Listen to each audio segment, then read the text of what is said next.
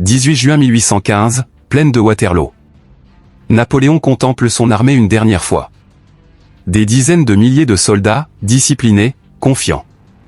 Devant eux, un horizon chargé de pluie et de destin. L'empereur croit encore que ce jour scellera sa gloire, mais c'est sa fin qui s'écrit. Un soleil timide perce les nuages. Le sol est boueux, trempé par l'orage de la veille.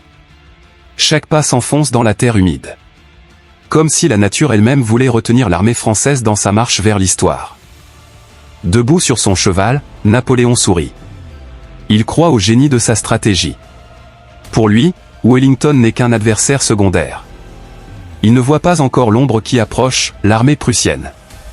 Les rangs français défilent avec fierté. Cavaliers étincelants, tambours battants, drapeaux flottant au vent. Ce sont des vétérans des grandes campagnes, des hommes qui ont conquis l'Europe. Ils ne doutent pas un seul instant de la victoire. En face, les lignes rouges de l'armée britannique s'installent. Wellington, impassible, observe ses troupes. Calme, méthodique, il a juré de tenir jusqu'au bout, jusqu'à ce que les renforts arrivent. À l'horizon, des poussières s'élèvent. Ce sont les Prussiens de Blücher, qui avancent inexorablement. Pas encore visibles pour Napoléon, mais déjà, leur pas scelle le destin de cette journée.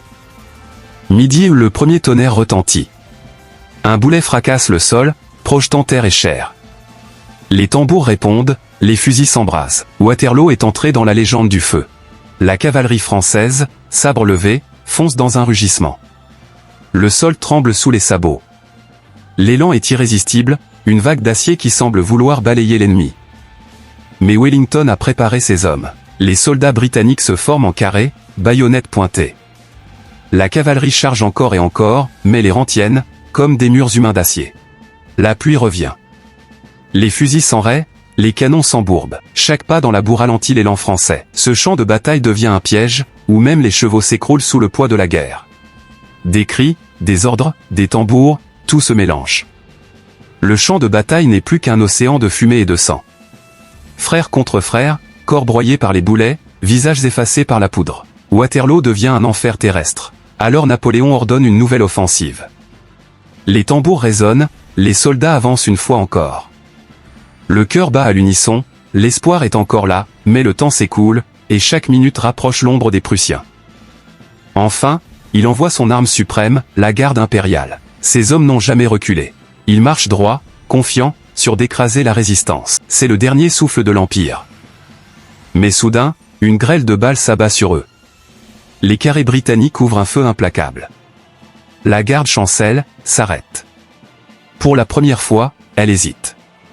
Et l'histoire bascule. Au loin, un grondement. Les Prussiens entrent dans la bataille. Frais, nombreux, implacables. Ils écrasent le flanc français, refermant le piège.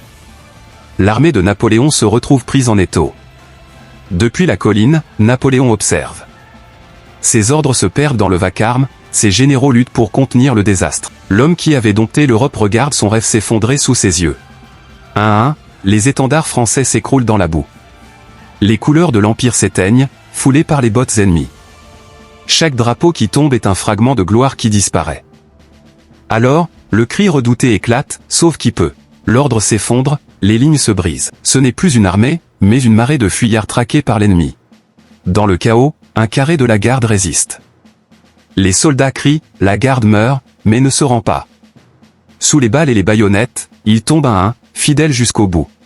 L'empereur, accablé, quitte le champ. Son manteau détrempé, son regard perdu.